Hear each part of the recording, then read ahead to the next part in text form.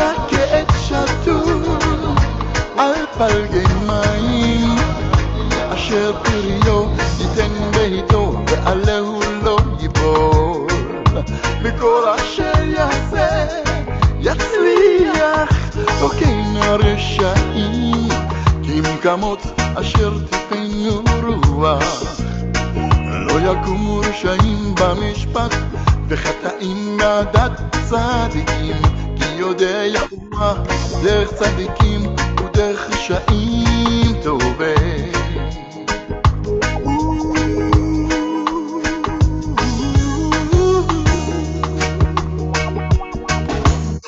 Yeah, yeah, yeah. Ya Kadosh Israel. Ya Kadosh Israel. Ya Kadosh Israel. Israel. Ya Kadosh Israel. Adon Adonim. Melech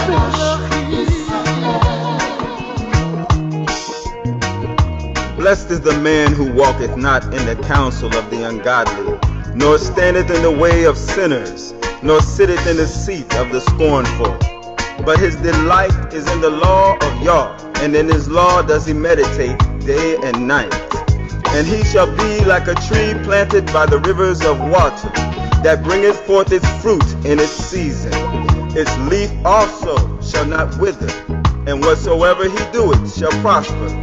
But the ungodly are not so, but are like the chaff which the wind driveth away.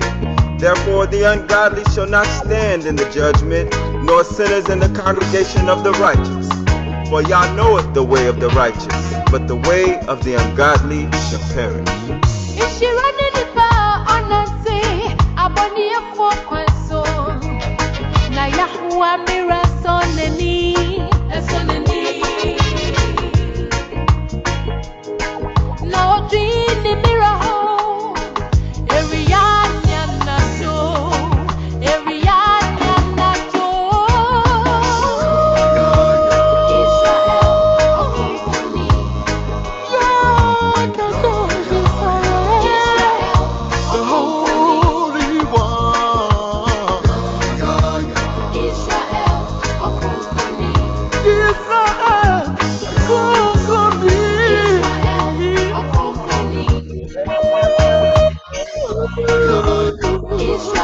Ya Kadosh Israel.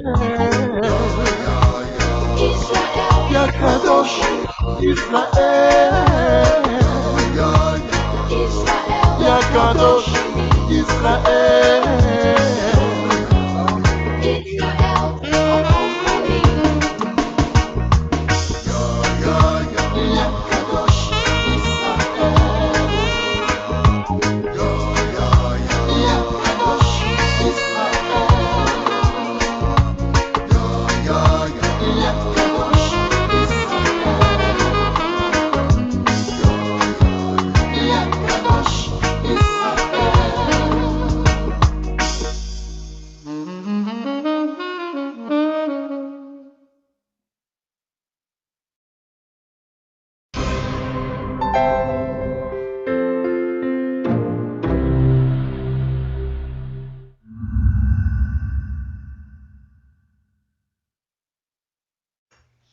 My name is Cohen Mikael Ben Levi of the Hebrew family of Guyana. The aim of these dissertations is to cause the true house of Israel, who have been without knowledge of themselves for countless generations, and who are now being awakened by the God of the universe, to better serve our Creator. It is our hope that by reacquainting this awakening black nation with their laws and former history, it will hasten our return to our true identity, thereby acknowledging our ancient ancestors. This in turn will allow us to know our Father's God and prepare us to stand together to meet the terrible day of the Creator that He is now readying for all mankind. May He cause all your minds and hearts to understand.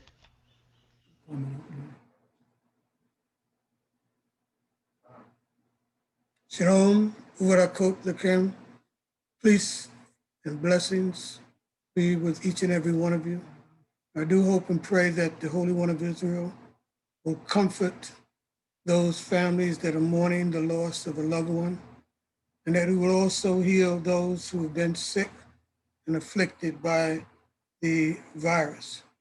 Today we continue our teachings and deliberations on the Bible, and we are dealing with the greatest book of all time. However, there's a catch to it if you've been listening to the previous programs.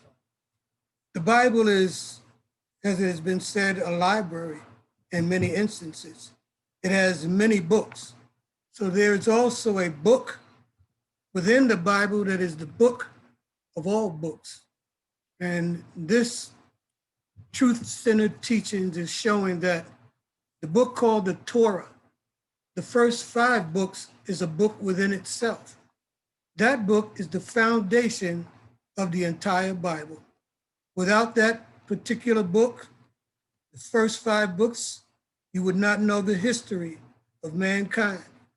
You would not know the genealogy from which we have sprung as a human people and human society, the nations on the earth, the people on the earth, humanity.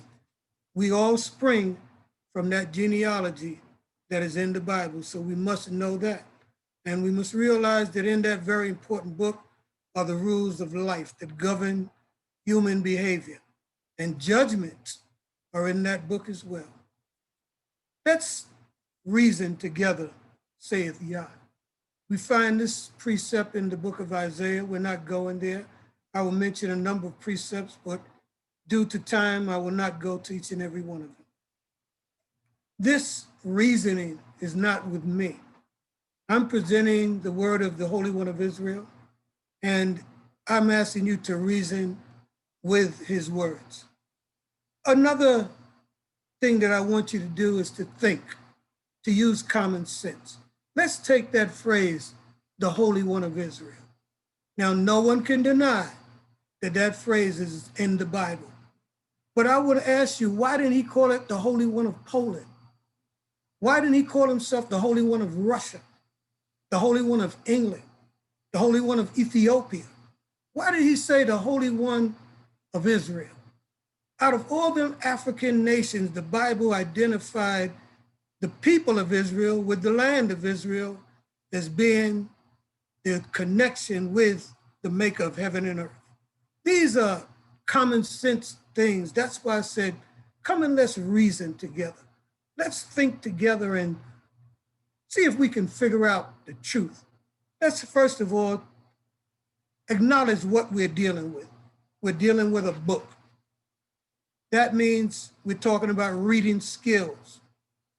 Our children, and I hope they're listening, I really want the children to hear what I'm saying, because some adults, they're not going to change. Even when they hear the truth, they won't acknowledge it.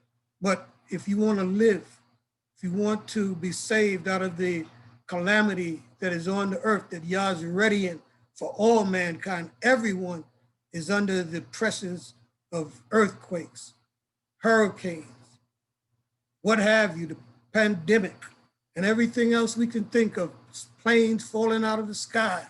I mean, humanity is in a situation, and we need to really think at this time. So we're dealing with a book.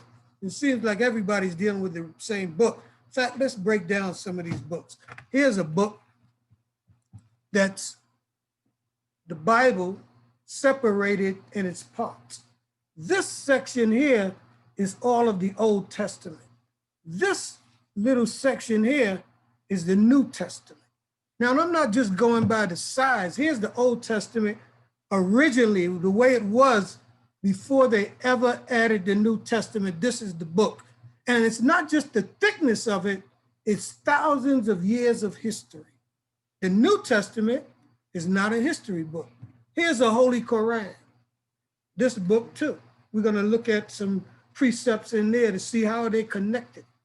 Here's a Holy Quran by Yusuf Ali, and this Holy Quran is thicker than even the Tanakh, but this is not the Quran. This is actually the Quran. This is the Quran with commentary. So again, we have to know and qualify these books. Which one came first? The Old Testament. Which one came next? The New Testament. This little section right here came next. And which one came following that? The Holy Quran. You can check out history and ask the people of the religions, the order of these books in the order of the religions. First, Judaism was the first of those religions. And of course, Christianity came after, and then came Islam. That's why many times they say Muhammad is the last prophet. But we got to prove it. Even in the Quran, there are things that I love that they say in there that help to make my point and make my argument. I'm going to read something from a chapter called Surah. Surah 2. This is, again, 111, and I'm reading a few of them, maybe down to 113. Surah in the Holy Quran. And they say, none shall enter paradise unless he be a Jew or a Christian. Those are their vain desires. Say, produce your proof if ye are truthful. They even say, produce the truth. I ask everyone to do that. That's what I'm doing. Nay, whoever submits his whole self to Allah and is a doer of good, he will get his reward with his Lord. And Lord in our book means Jehovah. I noticed that they said Allah in one place, but they said Lord in the other when they're referring to the other deities or gods of other people. On such shall be no fear, nor shall they grieve. The Jews say, the Christians have taught to stand upon, and the Christians say, the Jews have naught to stand upon. Yet they profess to study the same book, like unto their word is what those say who know not. Christians, and they're right. Christians and Jews read the same book, but they read different parts of the book. Do you know that the Jews don't read the New Testament only in some newly reformed Jewish communities, Jews for Jesus? Yes, they do. Not them Orthodox Jews. They know that that's not truth. And so they only read the Old Testament. The Christians, they claim to read both, but all of us who've been to church know they don't spend no time. Most Christians don't really know the history of the Old Testament. They know the New Testament, but that's what's confusing. See, when you don't know the origin, which is what this is the beginning of it all, called the Tanakh. Now, here's another book. This is the Torah, just the Torah alone.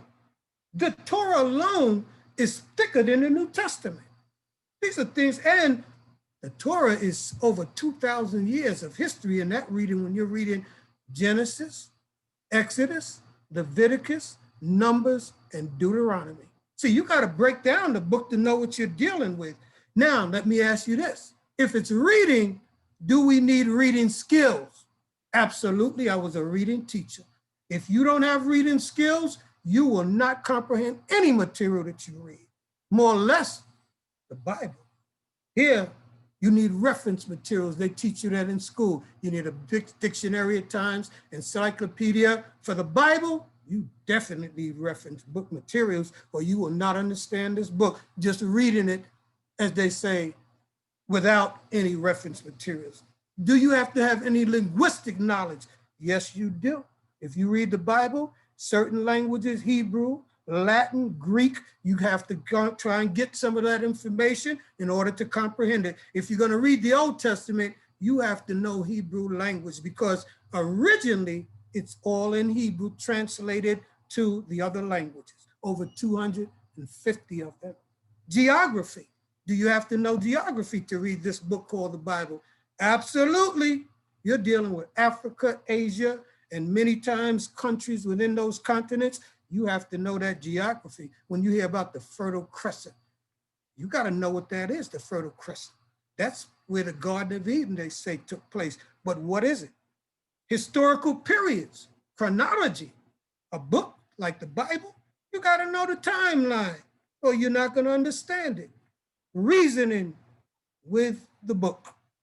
Can we agree that the Creator is the executive director of the Bible.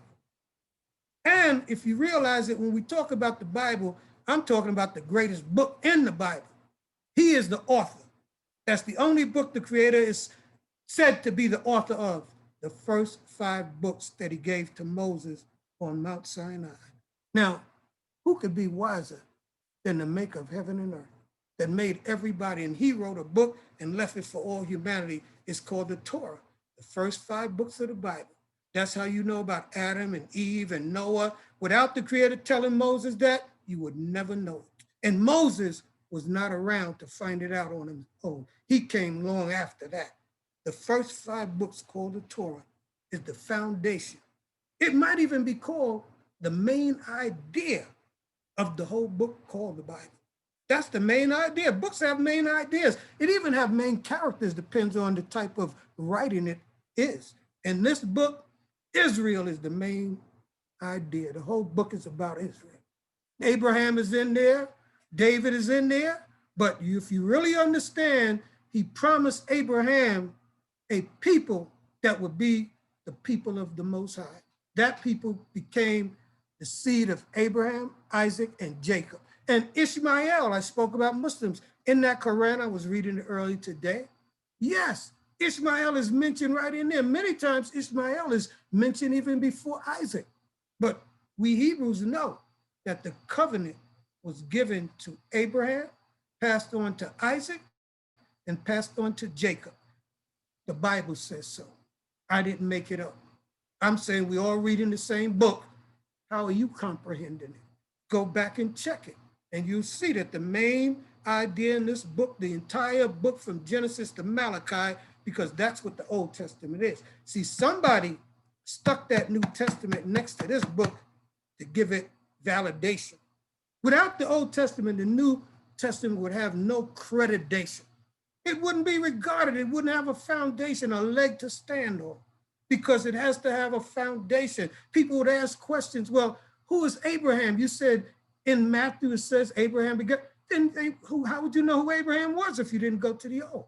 And so it is. You wouldn't know Ishmael if you didn't go to Abraham and knew what happened. They all read our book. What do you mean our book? The book of the so-called Negro.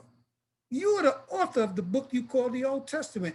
Isaiah was one of your forefathers. He looked just like one of us. So did Jeremiah, so did Ezekiel, so did Moses, so did Abraham, Isaac, and Jacob, so did Sarah look like our beautiful women.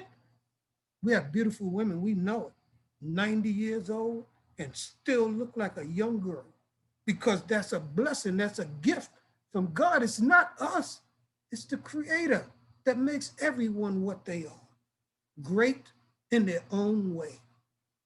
And we must acknowledge that the main character is Israel. If you don't, then we have to reason together. The law, you got to acknowledge, that's a very important part of the Bible. Without the law, the whole story, every book you go in, Jeremiah say, go back to the law. Isaiah says, Ezekiel, everybody after the first 5 books talks about the law in the Bible. That's why I don't understand what book are people reading. This thing should not be so complicated. Not if we're using reading skills the way we're supposed to read them and not putting our opinions in the places where you're supposed to put comprehension, because that's what reading is about. Reading is about comprehension.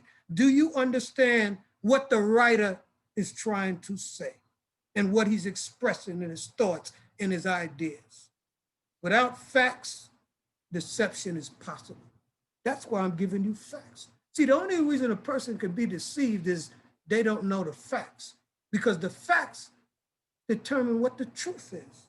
And let me tell you something else about that truth, because truth actually makes falsehood exposed.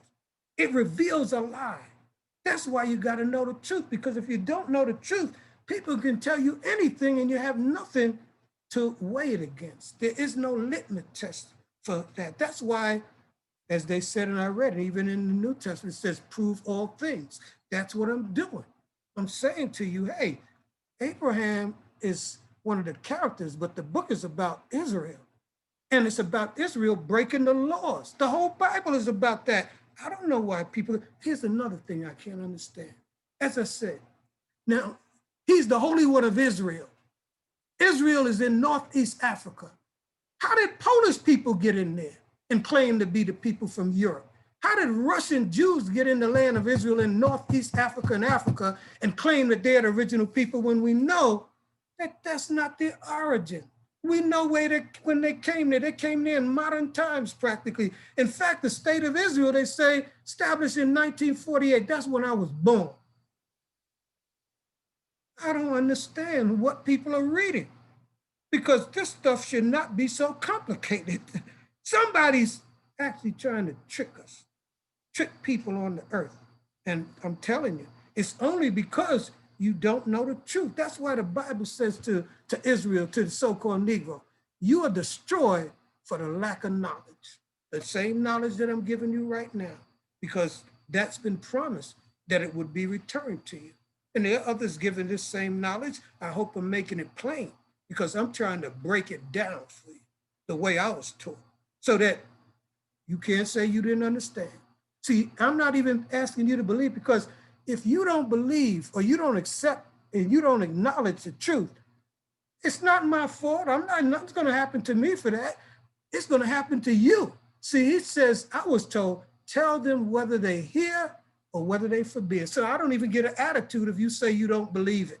You don't like me and what I'm saying. That don't matter to me.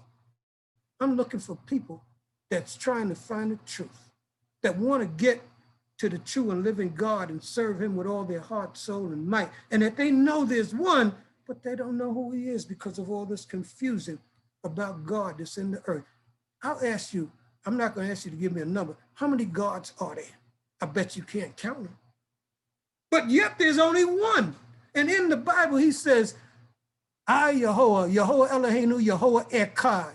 Now, I'm going to count the 10 in Hebrew. Echad, Shanayim, Shalosha, Arba'a, Kaimisha, Shisha, Shiva, Shemona, Tisha, Asar, or Asara. Now, the first one, Echad, is the one in Deuteronomy 4, where he says, Hear, O Israel, the Lord thy God is one. How did they come up with Shalosha? Hear, O Israel, the Lord thy God is 3 in 1. Somebody made that up. It ain't in the Bible, but you got to verify the truth. That's why I said, let's reason together with the word of God. You go in and see if what I'm saying is true or what they're saying is in your book. Then you'll know the truth because I'm just reiterating what the Most High has already said and what's in your Bible. And I'm trying to make it plain. I'm not trying to confuse you. I want you to understand and know that this book called the New Testament is new and it's fake news too. Everything in there is not true. And when we get to that part of this teaching, we'll show you that as well. We're going le'at. But you got to start at the beginning. And the beginning of the Bible is the Old Testament. The beginning of the historical timeline starts with that book, Genesis. You know, in the Bible it says, and in the beginning, God created the heavens and the earth. It says Elohim, and Elohim in its understanding is the all-powerful one being that made everything. It's a spirit that hovered over the face of the water. You know, it's not until the New Testament that he becomes a man. He was a spirit all throughout the whole Genesis to Malachi, but when you get to Matthew, then he becomes a man. Think about it. Just because somebody said it, does it make it true? Did they prove it? Is it verifiable with the word of the Most High himself, who said in Numbers 23:19, I, Yehovah, am not a man that I should lie, nor the son of man that I should repent. I'll ask you this question. Are all men liars? Yes, they are, including me. I've lied, I confess. See how many other people will confess out there and say that they told a lie. Maybe you were young, you didn't know. Some people tell them even they don't care how old they get, they tell lies. But we got to acknowledge our human inferiority to the Most High. The Most High one of the whole universe? You mean you can't acknowledge someone is higher than you? I'm telling you, you don't understand. See, this truth that I'm explaining is about the first 5 books, the greatest books of all, greatest book of all time. They make up the laws and the author.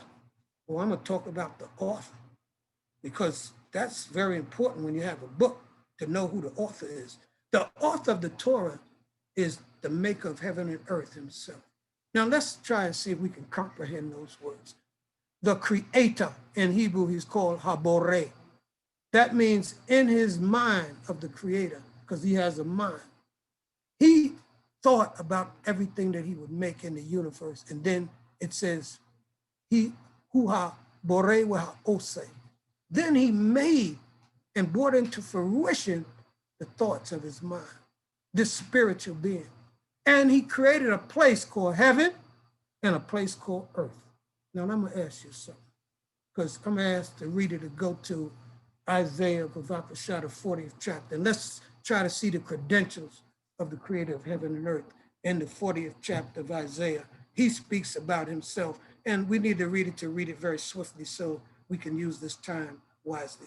Let's go to it. Isaiah 40, verses 12 to 26. They're getting and putting up on the screen. And I just want you to know the creator is telling you about himself and about his credentials. And I just want you at the 12th verse to look, and Yevarek is going to read. It says, who hath measured the waters in the hollow of his hand, and measured heaven with a span, and comprehended the dust of the earth in a measure, and weighed the mountains in scales, and the hills in a balance? Who hath meted out the spirit of Jehovah? Or who was his counselor that he might instruct him? With whom took he counsel? And who instructed him? And taught him in the path of right? Yes. And taught him, and taught him knowledge, and made him to know the way of discernment. Behold, the nations are as a drop of a bucket, and are counted as the small dust of the balance. Behold, the isles, behold, a mote in weight. And Lebanon is not sufficient fuel, nor the beast thereof sufficient for burnt offerings. All the nations are as nothing before him. Before the creator, all nations are nothing. Yes, read on. Come see. They are accounted by him as things of naught and vanity. To whom then will he liken God? Or what likeness will he compare unto him? And we can stop right there, Yevarek, because you made the point. Who do you liken to the one that stretched out heaven and measured it with a 9-inch ruler? Because that's what a span is in the Hebrew language, in the measurement of the language. You got to understand what they're trying to tell you. No man can ever be compared to the one that made the heavens, that put the sun, the moon, and stars. And think about it.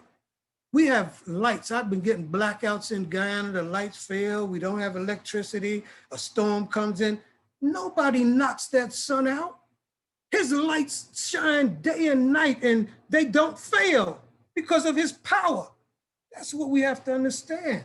He's the most powerful being in the universe, the creator and maker of heaven and earth. And his book, the Torah, is the greatest book of all time. The knowledge of his glory, because that's what I'm doing. See, I'm just giving glory to the creator. This has nothing to do with me. I'm nothing. If the nations are nothing, what do you think I am? We're things of naught compared to this holy, righteous, great king of heaven and earth. We got to understand that. Someone who made the seas with all them different creatures in there, you think a man, the sharks is eating up men. You think we made it? No, you better start thinking and using some common sense.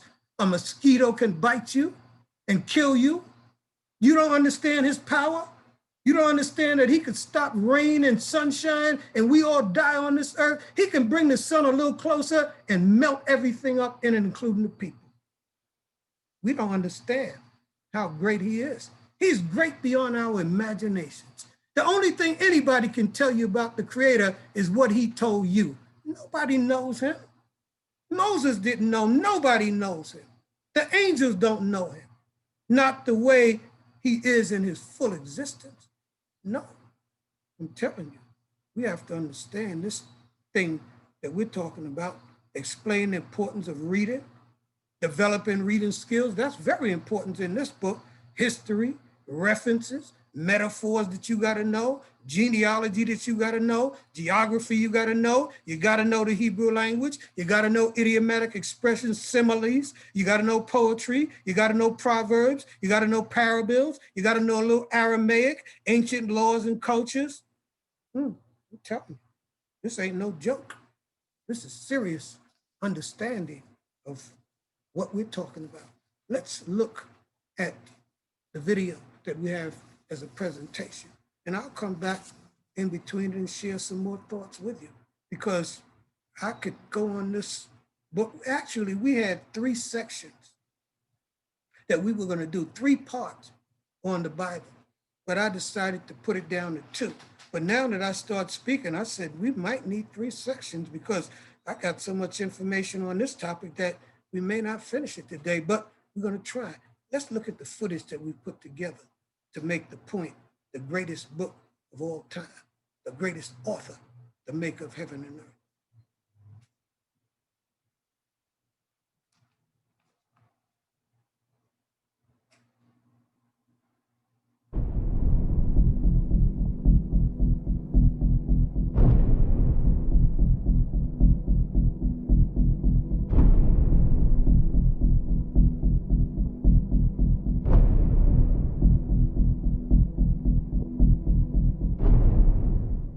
The laws in the Bible is why you're punishing. You're breaking them right now.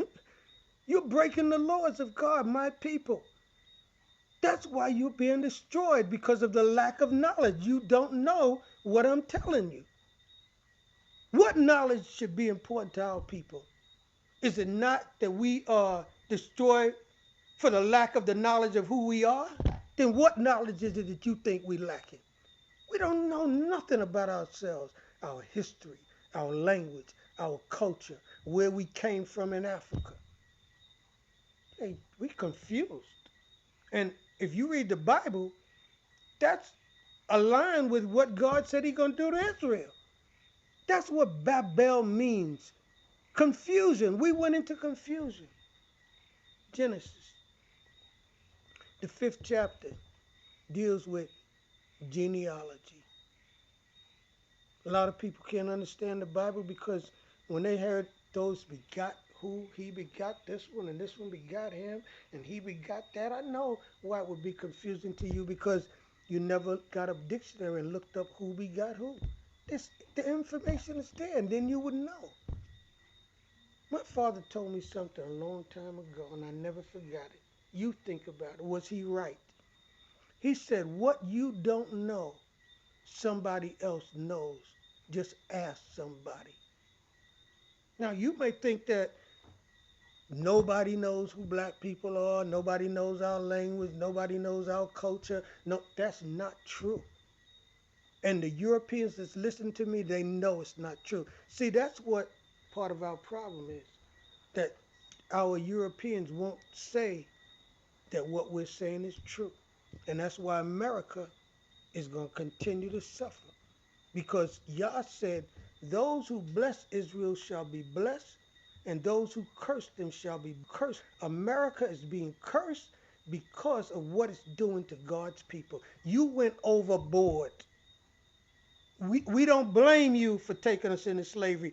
The Creator said that would happen. He used you at it. But I'm telling you right now, killing black people the way y'all doing in the street, you got God's anger now. You going overboard. Think about it. There's some white people that I heard say what I'm saying. You need to listen. It's not a color thing. It's truth. It's about the truth. That's all I'm dealing with today. My whole concern is about the truth. Yes. Took the book of the covenant and read it. You go into these laws, and this is what I want to do. In this next section, I just introduced you to some Bible chapters that I want to go into. And they're going to speak on this book, because it's called This Book of the Generations. What book could be greater? How would you know where all the nations came from if Yah didn't leave in Moses' possession the ancient genealogy going from Adam to Eve. Then you go in that genealogy in the first chapter of Genesis and they say, tell you who Adam's son was. And they'll tell you about Cain and Abel and Cain slew Abel. Hey, people been killing people back. Maybe, I don't know. I don't want to just throw things out there, but I just want you to consider. Do you think there was any issues in the garden that was racial or in ancient days? I'm not going to go into that subject now, but I do want to stimulate your curiosity. You mean racism just started now? This hatred between so-called blacks and whites? Is there any place where the Bible speaks about I will put hatred between anybody? I don't know. I've read it. As I said, just investigate. So we're going to look at some precepts and some concepts that must be understood in this book we call the Bible. And first, we must say that African, Asiatic, non-Europeans, when you think about the Bible or biblical history occurred prior to European empires on the earth. The Greek was the first of the European empires. The Roman Empire followed that. But you have to know that the Greek Empire came into existence at the fall of the Babylonian Empire, which consisted of two nations, don't believe me, called the Medes and the Persians. The Persians were the last black powerful kingdom to be conquered in the East. Some of the other nations I mentioned earlier that people should know about, the Egyptians, the Philistines. Have you ever read about the Canaanites? You know, I've met people who even thought the Canaanites were like Cain in the Bible. And here's not, the Canaanites have nothing to do with Cain. You have to research this stuff. Jordanites. Jordanites, the country of Jordan has two people, the Ammonites and the Moabites. Do you know that the Ammonites and the Moabites were the children of Lot? So that when you read about Lot in the Bible, he has people that are in the earth today, his descendants, and sometimes you all know nations have mixed, and so we have people today that are admixtures of people, and that too has to be understood. How some black nations became mixed nations, and the historical facts are there. Babylonians, East Indians were once called Hoodoo. In Hebrew, they call Hoodoo. In the Hindu language, they call Hindus. Sounds pretty familiar. Look at some of the words in Sanskrit or the Indian language, Hindu. You'll find that it's an ancient Eastern language. The Old Testament also is known as the Tanakh. The Tanakh stands for a noon, a tau, and a kaf in Hebrew. The noon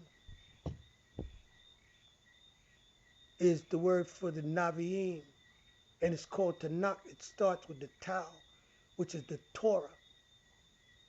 Then the Nevi'im, in that word Tanakh, listen to the letters, Tanakh, T-N-K, like if you use the English letters.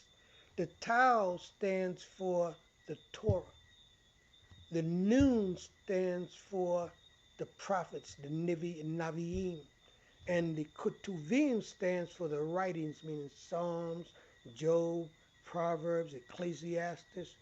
That's what Tanakh means, and it's only referring to the Old Testament, which, again, very important point, predates the New Testament and the Holy Quran and the Vedas, or the Sanskrit writings of India. Modern European law. The idea of Roman and the canon law that were worked out in the Middle Ages have continued to the present day in Europe. European law was also greatly influenced by the Code of Napoleon which is a civil law, and this refers to and of European countries except Great Britain.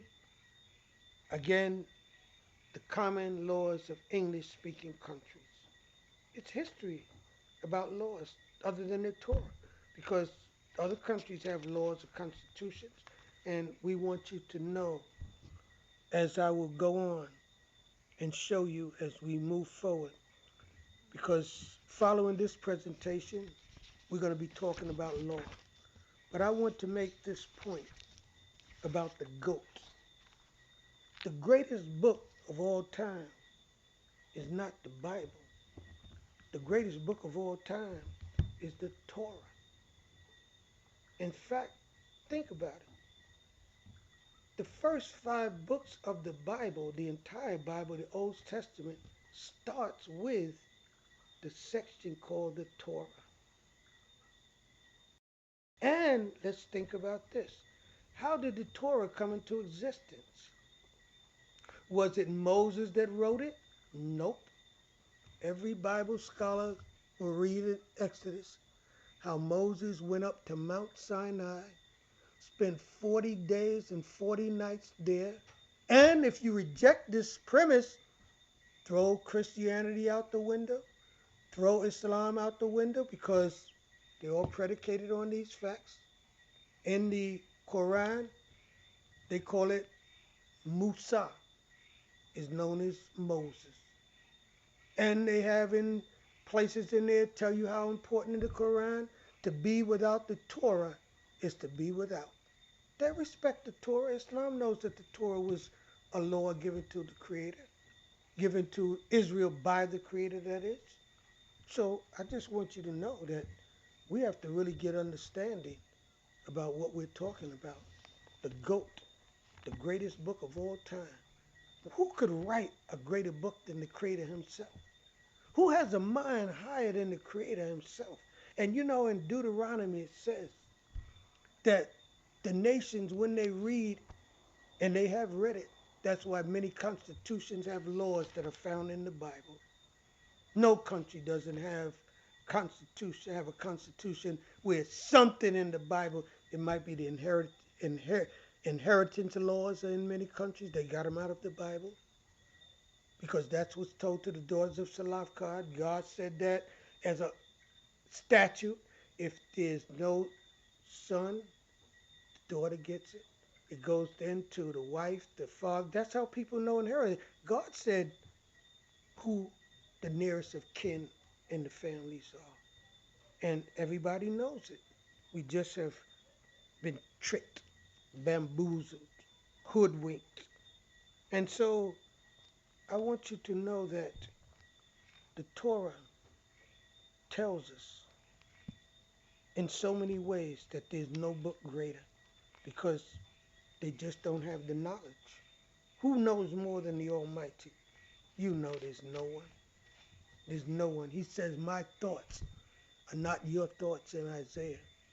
He said, nor my ways your ways. He says, as the heaven is higher than the earth, so are my thoughts higher than your thoughts. And my ways, says the Creator, higher than human being ways and thoughts. And you know it's true. That's why we call him the all-knowing, the supreme intelligence of the universe. Listen to these verses. It's in Genesis. This is the book of the generations of Adam in Genesis 5:1. In the day that Elohim created man, in the likeness of Elohim made he him. Why I say Elohim? Because Elohim in your book, and if you looked at it on the screen, it would have God. But in Hebrew, it says Elohim, meaning one being with all powers that exist. It can't be translated. It's Elohim can't be translated. No other language can contain that thought. Being all in one and having all powers in one unseen and visible spiritual being. They have idols. That's why he's saying, in the likeness of God made he him, Male and female created he them. Evolution. Which one is true? Did Darwin theory of evolution say we came from monkeys actually is the truth? Or is there a Big Bang theory that we just explode into existence? Or is the Creator's word true? That's why we have schools called creationists versus evolutionists, because everybody don't agree. But this is the truth. When you verify it, you'll know it. He made male and female, created he them, and blessed them, and called their name Adam in the day when they were created. And Adam lived 130 years and begot a son in his own likeness after his image, and called his name Shet or Seth. And the days of Adam after he begot Shet, were 800 years, and he begot sons and daughters. And all the days that Adam lived were 930 years, and he died. Is that true? Absolutely. Without Adam, can't get Noah, can't get Abraham, you can't get King David, because everybody comes out of the same genealogy that's on earth today. That's why knowing who the sons of Ham, Shem, and Japheth are. The Japhetic people, every encyclopedia, every dictionary tell you they're in Europe. Everybody knows that Ham, Egyptians are always associated with Ham, calling him black. It's known. Shem, Asia, could be proven. These are facts. Don't believe me, please. Do your reading and do your research. So important. Just proven. The greatest book of all time. The GOAT. The greatest book of all time. And why it's the greatest book of all time? It's been here and it's still here. It's outlasted every other book. I told you that issue about time. If you're not here all the time and you don't exist, how can you be the greatest of all time and then you not even around any longer? This book has been here and outlived every writing that human beings have put on this planet. And it has verified its own self. See, truth is its own verification. Nobody can have to verify it. So, again, it's its own reward. Truth. In Exodus, another place, we look at that tells and speaks about the book. This is the book. In the 7th verse of the 24th chapter of Exodus, it says, and he took the book of the covenant, very important. The covenant and the law are the exact same thing. So when the Creator made a covenant with Israel, it was a covenant to agree to keep certain laws that he gave them. Don't believe me. Comprehend your Bible correctly. This covenant is an everlasting covenant. Even though they break it, they'll be punished, but they will not be destroyed, says the Bible. And he took the book of the covenant and read in the hearing of the people.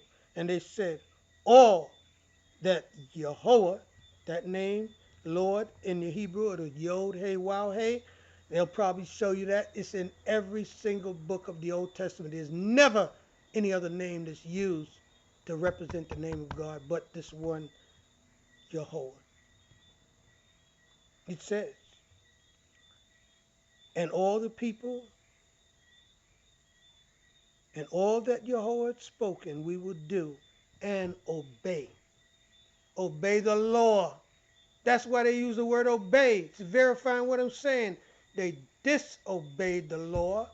That's why Israel, who are all these black slaves, you're winning the slavery because your ancestors, our ancestors, broke the laws of Almighty God.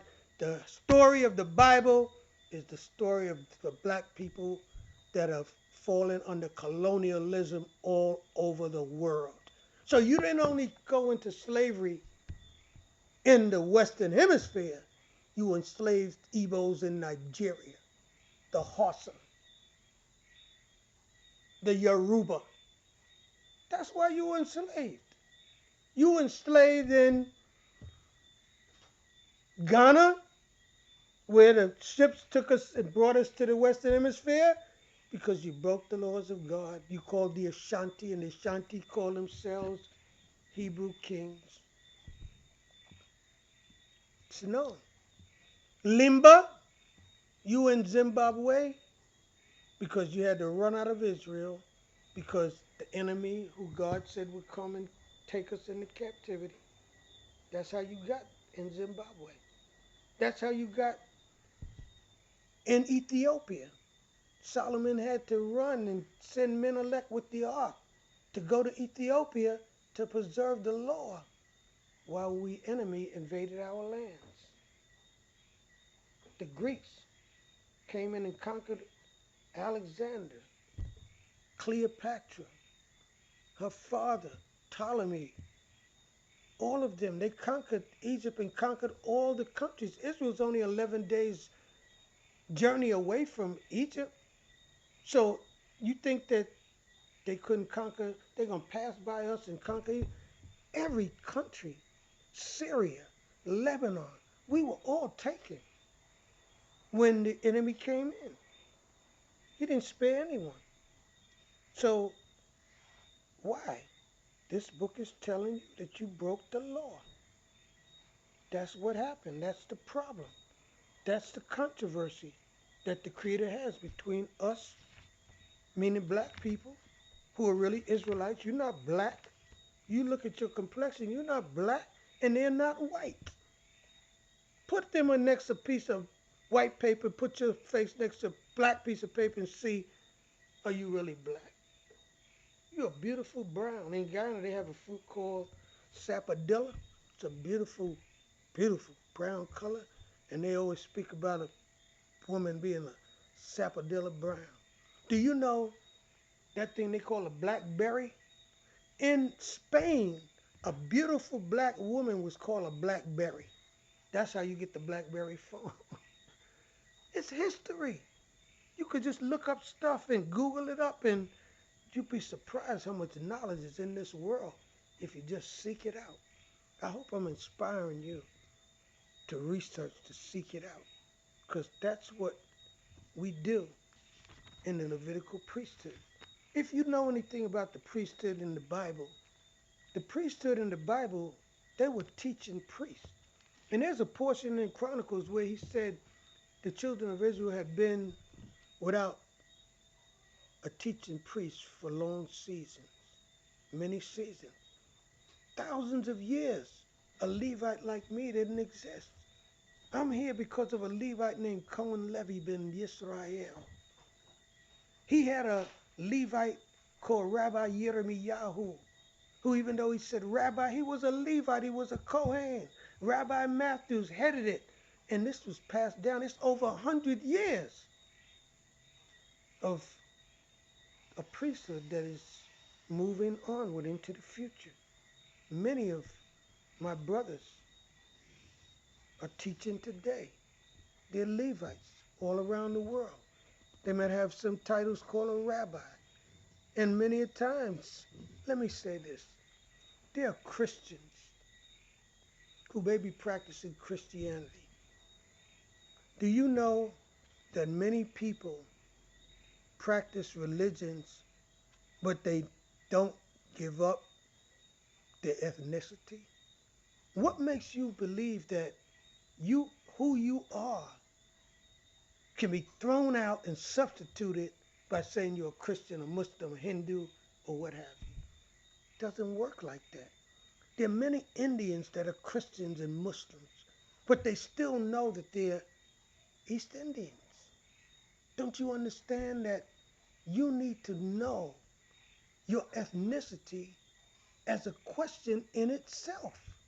It has nothing to do with your religious persuasion or thought, because when you know who you are, you may not even do that when you see that you have something greater and better in your own heritage. It says God bless the child that has its own. What's your own, black people? When you think about having your own, or you thinking about a car, your own house, what about your own language, your own identity, your own history? You're not blessed if you have that. I'll tell you something. If you don't know your language, you don't know your history, you don't know your culture, you don't know where you came from, you don't know your God, you confused, you lost, you cursed, you're not blessed. Yeah, let's ask ourselves. Those are some good questions. What's the Bible really all about? Are there some things in the Bible that we must understand and realize that they must be taken into consideration? Yes, because everybody's reading the Bible, but we got to acknowledge some things. There are some questions that need to be asked and answered. There are some serious questions that must be addressed and answered if we talk about reading and comprehending the Bible. First of all, let's just compare our situation as a people that have been enslaved with the story in the Bible. Well, was there any people that was sent into slavery in the Bible? The one I read said the children of Israel will be scattered to the four corners of the earth. We've been scattered all over the world. There has to be a reason why. We just say we don't know why. The Bible says the reason why the children of Israel went into captivity because they broke God's law, they became wicked, they became a people from its leadership, kings right on down in Judah, became unrighteous, and they started to serve other gods. I don't know which Bible you're reading, but that's the one I read. And I hope the children who are comprehension and learning how to comprehend reading don't go along with this lie in their next generation, because this lie has been going on for too long. And it's just reading a book. Why did we go into slavery? What? Everybody says God is just, he's righteous. You mean he's punishing us because we did good? I think we better go and figure out this thing correctly. Use some common sense. Why are we constantly oppressed? We've been oppressed. The British, the French, the Dutch, the Spanish, oppressing every country in Africa, and it's just us. Why? Why are we at the bottom? The first one hired and the last one fired all over the world. Just a coincidence? God is watching. Why don't he come and help us? He could stop it. No, something is wrong. We got to figure this thing out. God can't be on our side and happy with us by allowing these things to go on. You better comprehend this thing correctly, life. Not only the reading, we ain't even comprehending life correctly. Why were we stripped of our history, our language, our culture? That's peculiar. You're the only one that don't know your language on the whole earth. The only one that don't know his history, the only one that don't know his language, the only one that don't know where he came from, the only one that don't know is God. Everybody else is serving their God. You're serving a God that you never even knew about until you came into slavery. Why do we as a people suffer so much? Are we guilty of anything? I know that we are. We're just in denial. We know that cause and effect is a true statement. There's a reason why something happened. If you do something, there's going to be an action. If you do a bad thing's going to happen. If you do a good, cause and effect. If you drop a ball off the Empire State Building, it will not go up, it will go down. This is it. We got to figure this thing out. Why did this happen to us? Over 400 years. You mean to tell me you think that we were only enslaved for 400 years alone? Then let me ask you, when the children of Israel was under the Egyptian, was that slavery? Was that us? When we were under the Babylonians, under Nebuchadnezzar who took us into Babylon, was that us or was that somebody else? Do you think that was white people came out of Poland and England? Crazy. You don't even have a sense of what history is about if you think that. Because I mean now, and I tell you this here, I taught history at 133, PS 133, and Brooklyn years ago before retiring. And I remember the history book had been the latest history book that I'd ever seen, because after 30 years of teaching, you see the changes in the history book. Students know this now. The history book that children are getting in school is the history called ancient history. The Babylonians, the Assyrians, the Canaanites, the Moabites, the Amorites, the Sumerians, which were before the Egyptians, Sumer, the Akkad, the Akkadians. Hey, that's in the history books, but guess what? When I was in school, there was not a teacher beside me that could teach it, because the teachers didn't know ancient history. They only knew modern history. You know, everybody thinks that everything started with Columbus discovering America. You must be out of your mind. You must be out of your mind if you think everything started with Alexander the Small. You call him the Great. But if you know what he did to our people, you wouldn't think he was so great. That's because you lack understanding. He's great to certain people that he worked on their behalf to conquer the Asiatic and Eastern countries of Africa. Yes, he's great in their sights. Hey, we thought Muhammad Ali was great, but them people that, when Muhammad Ali was fighting them Europeans, I tell you one thing, if you knew what was going on, they wanted Muhammad Ali to get knocked out. He didn't become great until he died. They put him in jail. He came to my school. I'll never forget it, because I was just like him, one of those people who did not want to go to Vietnam and was determined I was not going, because I knew it was unjust, killing them innocent people and dying for something that you knew was not a right cause to die for. Many people go to war and die, but it gotta be for a good and a right cause. How can you go to a war, come back like Muhammad Ali, and then you can't even go sit in a restaurant and eat? He threw his medal into the river. I remember him saying it, because I understood as a youth his pain for living in a country that didn't love him back. Now you see all them basketball players with all this stuff on their back of their jerseys, it's equality and all of this stuff, equity, love us too. Come on, man, you better figure out, nobody loves you when you don't love yourself. That's part of our problem. We don't understand. We are disgraceful in the eyes of some people by the things we do. That's why they don't love us, because of our wicked and nasty ways. But I'll tell you one thing, when they meet a righteous Israelite, a good, up, clean, standing one, they always accept you.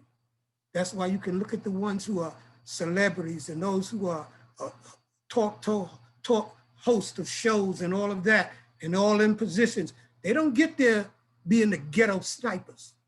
They clean themselves up. They speak intelligently. Everyone respects intelligence. That's what we got to do. Stop acting like fools. That's part of it. That's what's part of the curse of captivity, that he would make us stupid, make us mad, and make us behave in a way that would make us low and degenerate. And he told us, he said, the stranger will mount up higher and higher, and you will go down lower and lower. I don't know why we keep reading that Bible and can't figure out it's talking about us. You're reading your own history and can't even recognize you. It's like looking in the mirror and you see somebody and you say, no, that ain't me. You're the only one can read the Bible. The so-called slave all over this earth that went into captivity in the diaspora is really called the dispersion. It's just a Spanish word. That's all it means. You were dispersed all over you were scattered all over the world. That's all it means. Don't let them words fool you. You were dispersed everywhere, because the Most High said, because of your disobedience, I will scatter you to the four corners of the earth. And you're going to be there, a byword of the proverb. I'm going to take that name of Israel off you. They're going to call you everything but a child of God. Negro, colored, black, West Indians. And West is just a direction, a compass direction. I don't even know how we became that. Why don't they call you North Indians or East Indians? Because those are ones really, the real Indians is in the East. Because the man thought he was in India. You didn't read the history? Wake up. It's too late to be sleeping now. Some of us sleep too late and sleep too long. Hey, you gotta wake up now. I'm trying to help you wake up and smell the coffee. Let's go on with our program. Remember, the author, the Holy One of Israel, the Holy One of our people. If you know you Israel, God chose you. He's your Holy One. He's that great Holy One of the universe that chose you to be his people on earth. And it don't mean you're better than anyone else. It just means that you were supposed to be a representative of the Creator.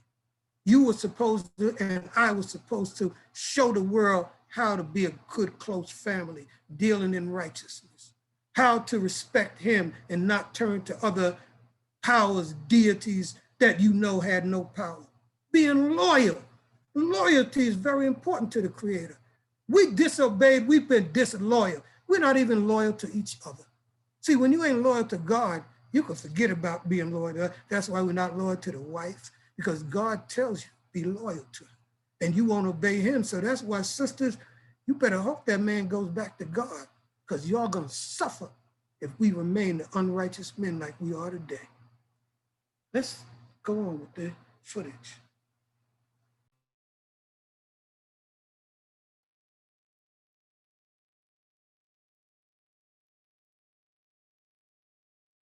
That's why you're a peculiar people. Peculiar how?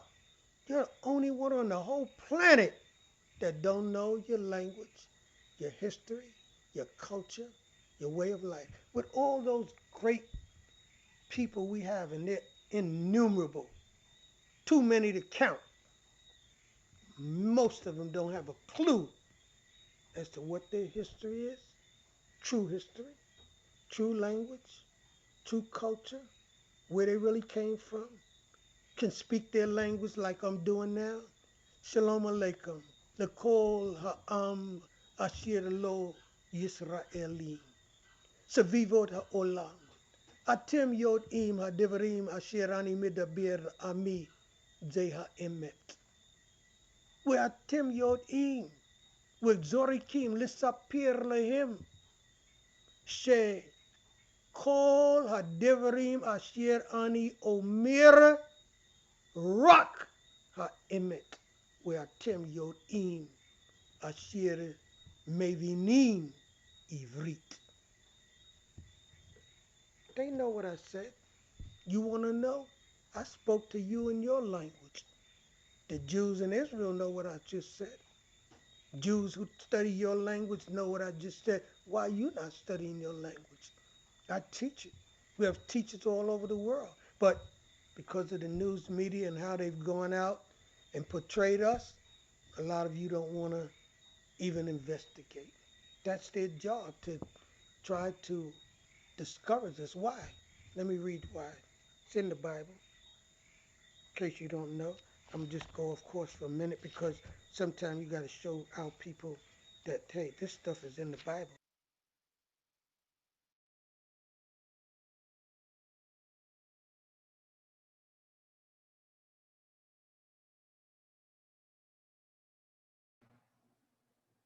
There are some things that people don't know about the Hebrew language.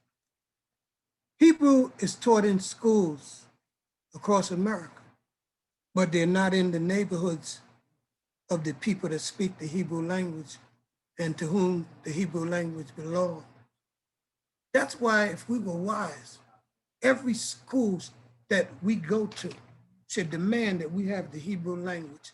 You're reading the Bible. Even if you didn't think that Hebrew was your language, at least the book that we read all the time, because all throughout the diaspora, there's no book, Cohane, New Testament, none that we relate to and read more than we know the book called the Bible. And everybody in all those African countries knows it's true. We relate to things like Ezekiel and the wheel, climbing Jacob's ladder, Joshua fought the battle of Jericho. That's not New Testament. David and Goliath. We know this stuff because that's the root of Black people. I remember my aunt, Doda, used to say that in the South, they would talk about Aunt Hagar's children. When we would be bad, they say, stop acting like Aunt Hagar's children. Because we knew as slaves, even in the South, that they were related to us, Hagar and Ishmael, but we couldn't put it together.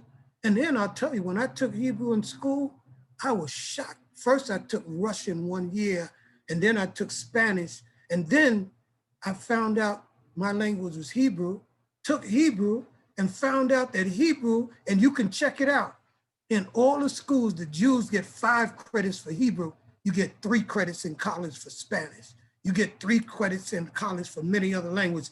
But those Jewish people that study Hebrew, and if you could see how much they study in a year, I mean, it's ridiculous that you could study so little and get a credit for it. But then Jews have been getting over for the longest. And this is not against them. This is just telling you how you're being tricked. You don't even know your language. All these Jewish stores in your neighborhood, you walking right by it and your books are right there because you think that it belongs to a European that came out of Europe, even though Hebrew is an African, Asiatic, Eastern language. I tell you, we are destroyed for the lack of knowledge. And they're all listening to me. And I know some of them, they're genuine Europeans. I've met them. I've been in the Schomburg Library once where I said this, and some of the Jews started slamming their chairs, going out the room. And another Jew got up and he said, right to the audience, he said, I don't know why you all are behaving like this, because I tell you all the same thing in the synagogues. He said, young man, don't be angry, don't be upset. Even when I try to tell them that we're not the people of Israel, we're just the religion, they get mad at me too in the synagogue. And many of them have told me that this thing is just that we're the only ones in the dark. They don't want you to hear these type of conversations when I meet a Jewish man and what we talk about. That's coming soon. I'm gonna show you what happens when we meet, because I've met them under various situations, and trust me, they all know that what I'm saying is the truth. So I just want you to know that we have to listen, because we don't listen much, and we gotta hear and understand what is being said in these programs. I hope that you go back over them, go in the Bible and verify, see if you see anything in there. See if you ever see Jewish. It ain't in no Bible Jewish, my Jewish people. He said, the children of Israel, even the 12 tribes, you can go down and name Reuben, Shimon, Levi, Gad, Yisachar, Benjamin, Ephraim, Manasseh. You could go on and on. You know the others. Come on. Is Jew in there anywhere? No. Jew came from Judah. And they tricked you by making you think it's the same thing.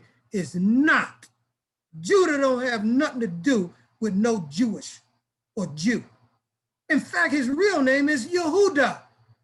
Yehuda, which means praise, thanks.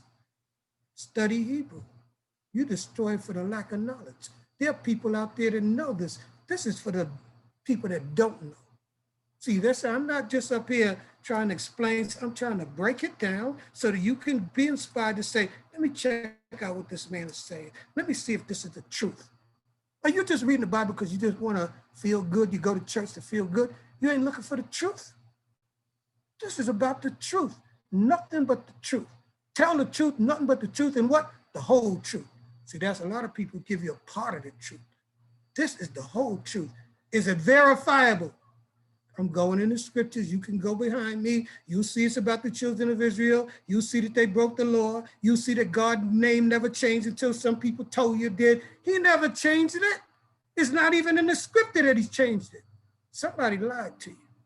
Let's go back to the footage, because I'll tell you, I'll use up all this time before we get out of here. And that's the thing about it. I always got to deal with time, because now if I had all the time and you could listen to me day and night, you know the truth. That's why I'm gonna keep coming back with more and more and more and knocking that lie right out the park like a home run.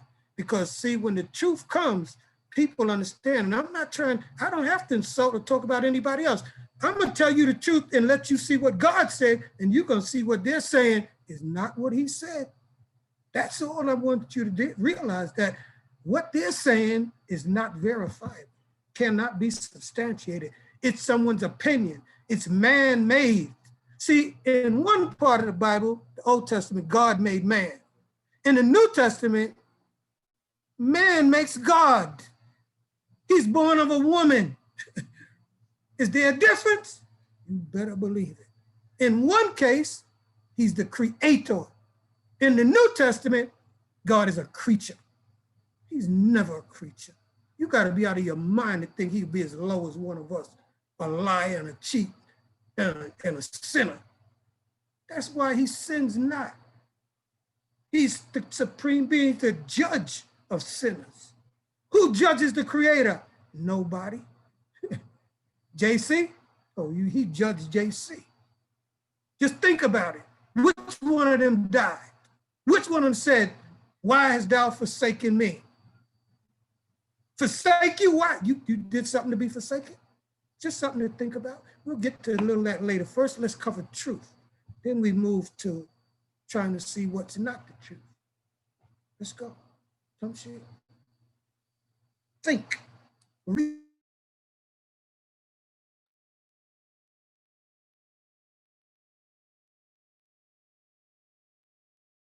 You just haven't read it, and they're not going to teach you this because it would not work. This is Psalm 83. O Elohim, keep not thou silence. Hold not thy peace, and be not still, O Elohim. It says, O God, in the Bible. For lo, thine enemies are in an uproar. You mean God has enemies? And they that hate thee have lifted up the head. You mean there are people on earth that hate God? Yes, they are. They hold crafty converse against thy people, and take counsel against thy treasured ones, your chosen people. They have a conspiracy against them. They have said, come and let us cut them off from being a nation, that the name of Israel may be no more in remembrance. Why is that in the Bible? Oh, it's just there because it has no significance. It means nothing in terms of truth. It is.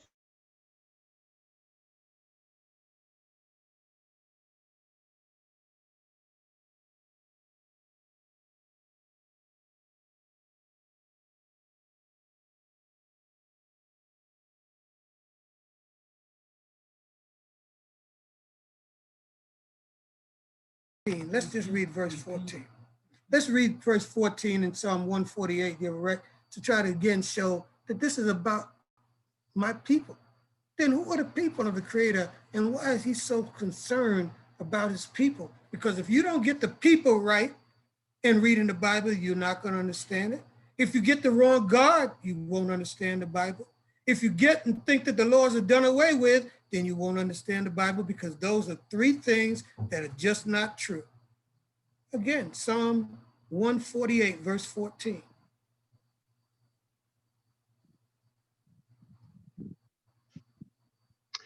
And he had lifted up a horn for his people, a praise for all his saints, even for the children of Israel, a people near unto him. But there are people nearer unto the Creator. Don't you realize that that's very important to understand that? That this is in another place, Psalm 150, we won't go there due to time, but he says, let everything that have breath praise the Creator. He's not just the God of Israel, he's the God of all people. And our job was to bring all mankind, says the scriptures, to serve in him by being an example of the ways that the Creator want to be understood. You ever read this one? Because I want to just make a distinction, as I've been doing, between God and man. Go to Isaiah 2 and just read the 22nd verse. I wanted to read the whole thing, but because of time, I just can't do it. But verse 22, I think will say what I'm saying. Because in that chapter, he speaks about the lofty. He's going to tear down nations. He's going to tear down people that think they so proud and so big and so great. He said, I'm going to tear down nations that are lofty and powerful, and they're going to know his might and going to know how great he is. And then this is what he says in verse 22.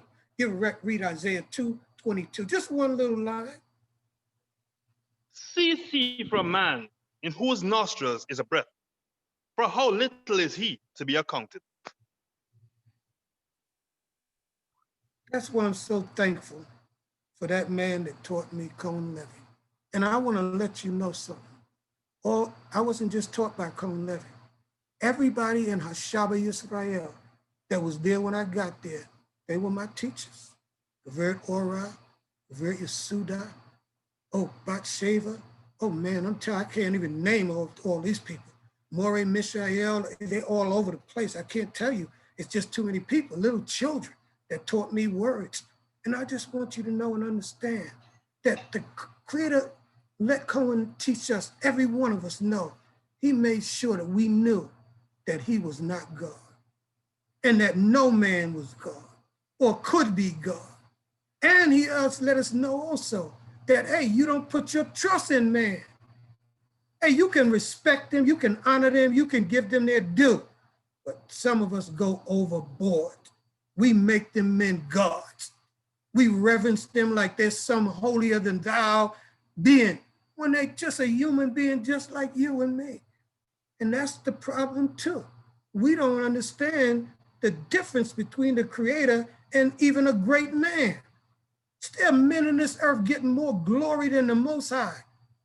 They respect them and honor them and reverence them and mention their names more than they mention the name of the Most High God. This thing is terrible, the imbalance that is in this earth today. And then you put your trust in somebody who's got a breath in their nostril and that a mosquito can bite them and they die. And then when they're dead, some of us are so stupid, we worship them and think they're coming back here again. I mean, we don't even understand the scriptures. Don't you know when you're dead, you're done? Until you see somebody get back here, you ain't verifying that one yet. And let me tell you something. We die because of sin. And you think you're going to get back all of a sudden out of all this sin and be made everlasting? You better get out of this sin before you ever got a chance to have any immortality. You must be out of your mind if you don't understand. That's why people all around us are dying, to let you know you could be next. Anybody could be next. You're nothing. You're not the supreme one. You can't protect yourself from the hand of Almighty. If he calls your name and tells the angel of death to come and take you, you can't stop him. And nobody can kill him. You don't even know where to go. You can't see him. You don't have no understanding to deal with someone that's in the heavens of heavens. Man, I tell you, I don't know what has happened to people, but we've gone mad. We drunk with stupidity. Because some of this stuff should be common sense. And I'll tell you something, it's for the children that my heart goes out. I just wish I could get them to listen. Because they're the ones who need to know this, because the hand of the Almighty is in this earth. And when you start calling on the wrong one, because in that chapter, he tells you in chapter 2 of Isaiah, he said, y'all gonna run into the crevices and the rocks. When I open up this earth and send earthquakes in here, he said, you're gonna take them guards off your neck and throw them into the earth, because you're gonna see they cannot save you. You know how many times earthquakes have come, knocked the cross down, the church down? Do you think God would do that to his own house if he loved him? He did it to us because he tore down our temple, had the Titus carry it off, the candlestick, everything. It's history. Why? He was angry with us. He was a punishment. We're going to end out for this point, but I tell you, Most High give me life. Got some messages that's going to make this crystal clear over time. Le'at, little by little. Because see, if you give too much truth at one time, that can be confusing. So just little by little, let's take these steps. We reading the Bible together. Let's reason together about what we say we read in the book. You read it, I read it, everybody's read it. Let's see compare our notes with the word of the Almighty. See who have the right understanding, who's using the right precepts and verifying them with what's coming out of our mouths. It goes on to say, our commentary, our footage. The French, the Dutch, Holland has oppressed us. France has oppressed us.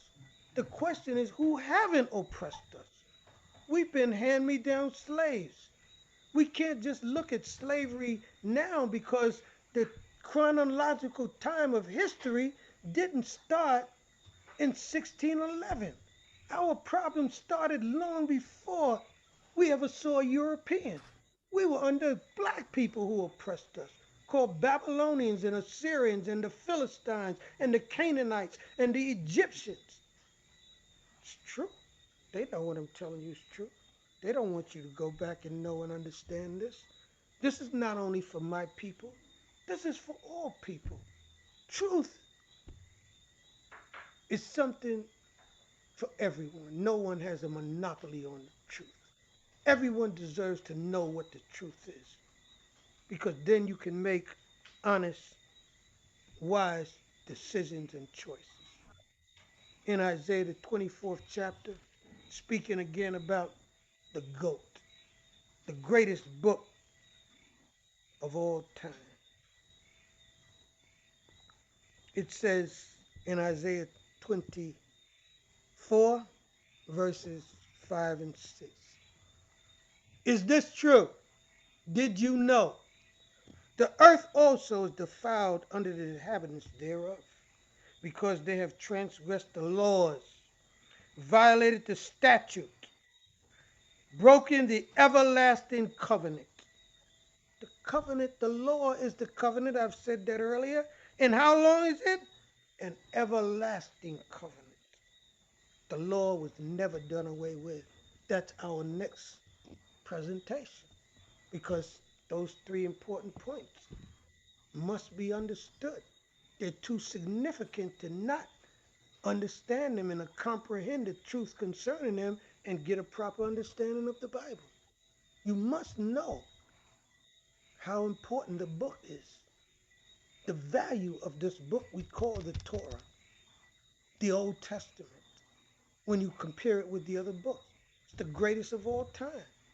It's the book upon which all the others, their so-called truth, are based.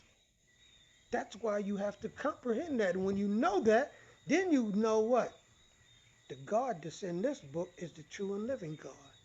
He's the creator that made heaven and earth. If you don't come up getting the right God in his I want you to know that's such a significant point, the true and the living God. And who is the true and living God? How can we put it in its most simplest terms using the Bible itself? And this is a precept I've used in previous sessions, but here at this point, I just want to interject this precept now because it's, again, a timely place to make this point. And we're talking about who is God.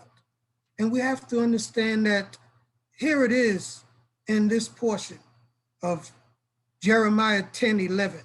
It says, "Thus shall you say unto them, the gods that have not made the heavens and the earth, these shall perish from the earth and from under heaven." Let's just break that down. Only the one that made heaven and earth is God.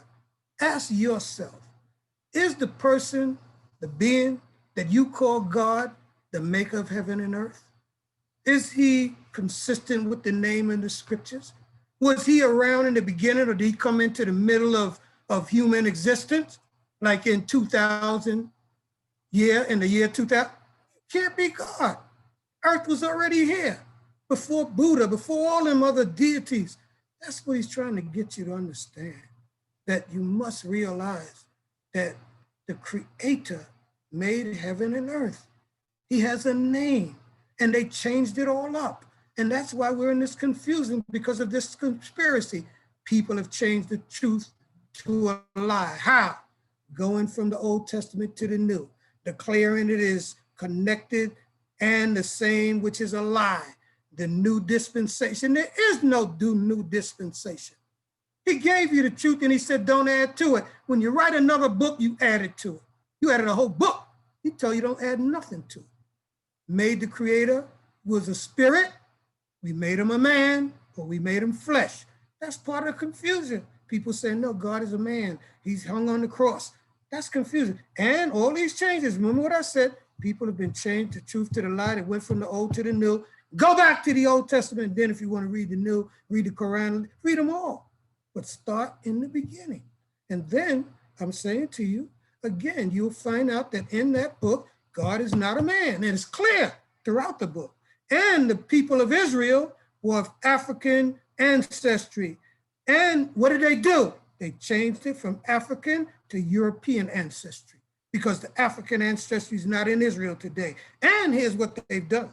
All these lies, and have given Israel and the land, meaning the land of Israel, to people of Russia, German, French, Polish, and other people born and raised in Europe, as were their foreparents. How did Europeans get this heritage? That's a question that everybody knows is a legitimate one, but because of the people that are upholding and have formed a conspiracy, they've kept this back.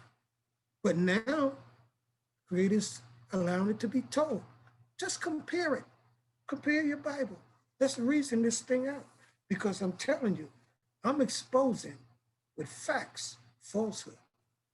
I'm also, at this time, giving you truth, which is revealing something has to be wrong with what they've told you if all these things I'm saying are true. So again, you figure it out. Tell them whether they hear or whether they forbid. We thank the Holy One of Israel that we have teaching priests again, many of them Cohane, that are springing up all over this earth. And they're teaching the lost sheep of the house of Israel. Why does the Bible call us the lost sheep of the house of Israel? We went like sheep to the slaughter, didn't even resist because it was a decree by the Creator. And are we lost? Man, ain't nobody on this earth more lost than we so-called Black people that have been bought on these slave ships. There's no book mentioned more in the Bible than the Torah. Even in the Bible, that's what all the prophets speak about, the Torah, the Torah, the Torah, the law, the law, the law. And that's what I'm telling you. We are in sin, this whole planet, as that previous precept said. We've broken the everlasting covenant, which is the Torah. And to save the planet, this truth is for those that seek the truth, that they'll return to the true and living God, obey him, and form the righteous brotherhood that he wants mankind to form. We are all the children of the Holy One of Israel. We may have been chosen from the seed of mankind, but all people are the people. There's only one lineage of people, and the creator and maker of heaven and earth made, created, and established the genealogy of humanity that's on this planet. We have forgotten him. I hope you'll remember him as I'm trying to help you understand what has happened to us. We go back and we'll end out our footage.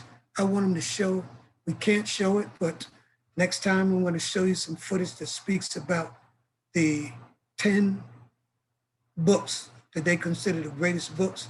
And then I'll go into the law, which is the next segment of these 3 parts that we're speaking about. The law will be next, and then I will prove that the law is not done away with in the next section. And I'll prove that the children of Israel are not the people that are in the land today, but who they are will be shown and declared in the presentations coming from the Levitical communication, the Hebrew family of Guyana, jurisdiction of the kingdom of Yah, the KOY, and the Mona Israel. Shalom Aleichem. May the Holy One of Israel bless you, bless your families, protect you and shield you against all the dangers seen and unseen on this planet Earth at this time. All praises, all honor, and all glory to the Holy One of Israel.